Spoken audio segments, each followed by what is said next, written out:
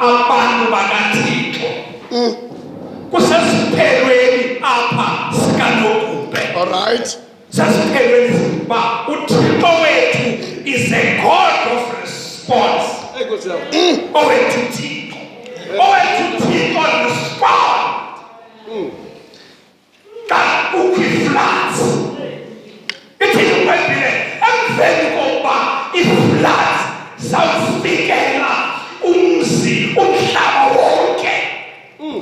Kwafika ilixa loba apha kulaa mkhombe bakuwo apha kuwo uThixo uNoah amvelele amkhumbule. Because uThixo wethu unexesha lokukhumbula. Akakhumbuli nje, khumbula ngesizathu. Khumbula ngesizathu. Sinezile iindidi ze-floods ezivelela abantu. Wonke umntu olapha uyachaphazeleka kwi-floods. Uyamazi unogumbe okuphetheyo. Mazi kakuhle unogumbe kodwa losilapha ngayo unogumbe ulologumbe velele lefemeli yakamthatha. Siyam. Amadoda. iBhayibhile baresponda uThixo. uThixo wathumela umoya wakhe ukuze ungane phezu kwehlabathi. Wawufika umoya kaThixo awutha amanzi. Ngoba kaThixo umoya kawufikile ayawutha amanzi. Yes. Yeah.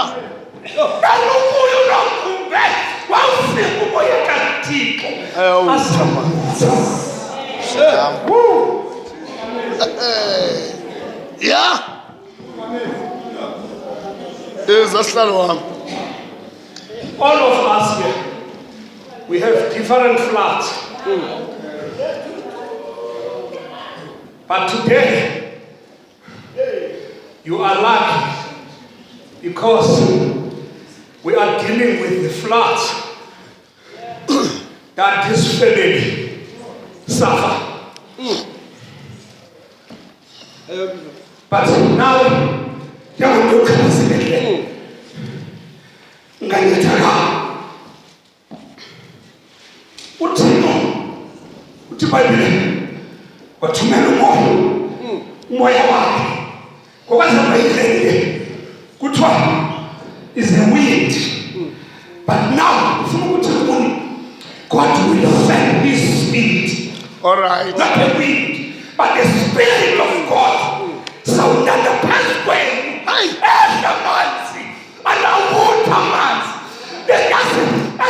Floods nangoku abanye abantu ngenxa ye-floods ngenxa yalogumbe abasakwazi uyekeweni.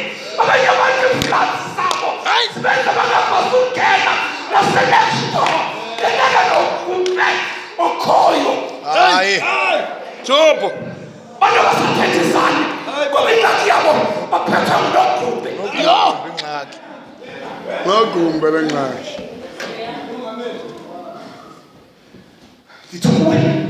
uThixo will send his spirit. Usuke lokho. uThixo usuka ngenxa yale family. uThixo ubone lokho kuduka. Bonakala esweni ukuthi amanzi uthini.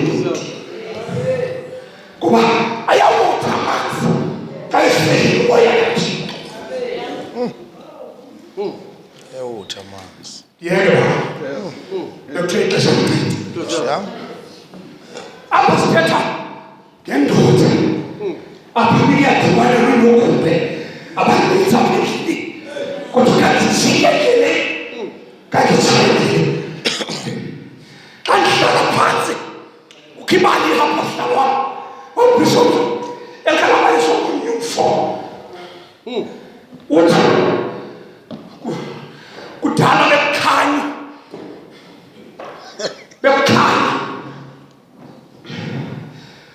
ngoku kwakhanye intombi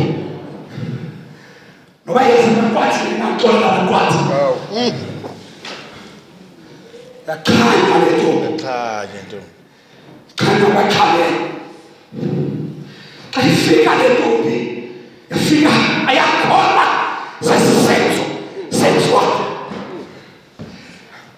yahlala yacinga kwathi kusasa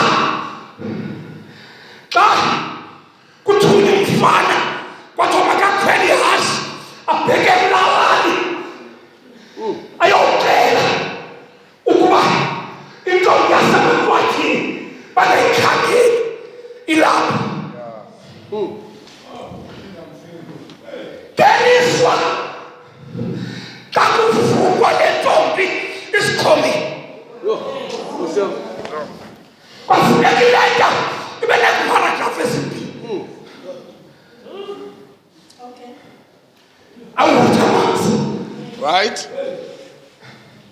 awutha amanzi Awutha amanzi. ngoba xa esiye umfana wakhwela ihashe xa fika amaqwathini afike ezomamela ngomonde yathi leta intombi yenu unomthandazo bona bakho unomthandazo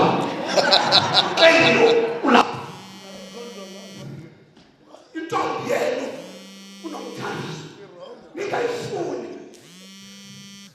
ngoba ikwagcina Yo. anquma amaqwathi anethemba kulungile umntwana wethu usemagcileni ithi le nto yehlile ade ibheke ezantsi ngoba ayikagqileka Siyam. yathi kwathi indaba ezibuhlungu xa kusayo namhlanje intombi yenu isikhomi Siyam. bajika ubuso besemaqwathini yathi indoda ibilapha umfana belapha yabomela ngosiya kangaka wakhuphula sathi kalijika yazi ikwaduka umbetha iqolo ngomntu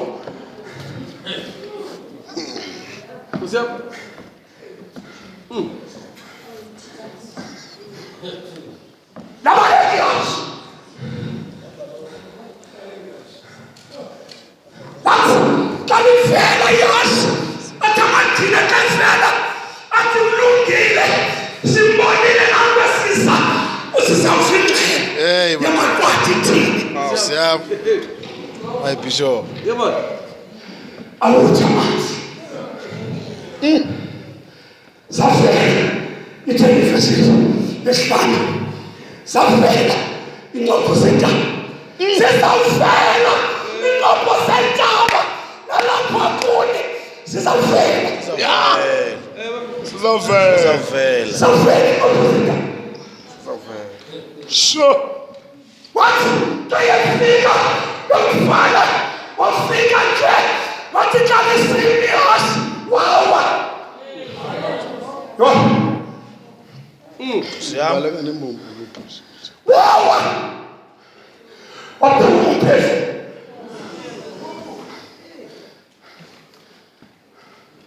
kodwa yintoni le ivuyisa amagcina kulo mfana yintoba nalo mfana akangawele kwindawo angathulwanga kuyo uzawuwela kule ndawo nethulwe kuyo ukabela bathi bawuthanda zenkulethu uve kuthiwa mabayothatha bawele kude kodwa utata umthatha uzawuwela kwindawo nethulwe kuyo Man. Good job. bakusiwa nje Usiwa nje. Well, it's true. ukangisavuka ungekayolala ikhona indawo kuthule kuyo abawela kuyo umoya kathixo wawufika uyehluloku uthatha umthatha uwele kwindawo ebethuluku bangapha abantu abalapha banophakamisa izandla bathi andikajiki kulaa nto ndandiyithumile andikajiki kulaa nto ndandiyibizele ngoba yelowo nalowo unendawo athule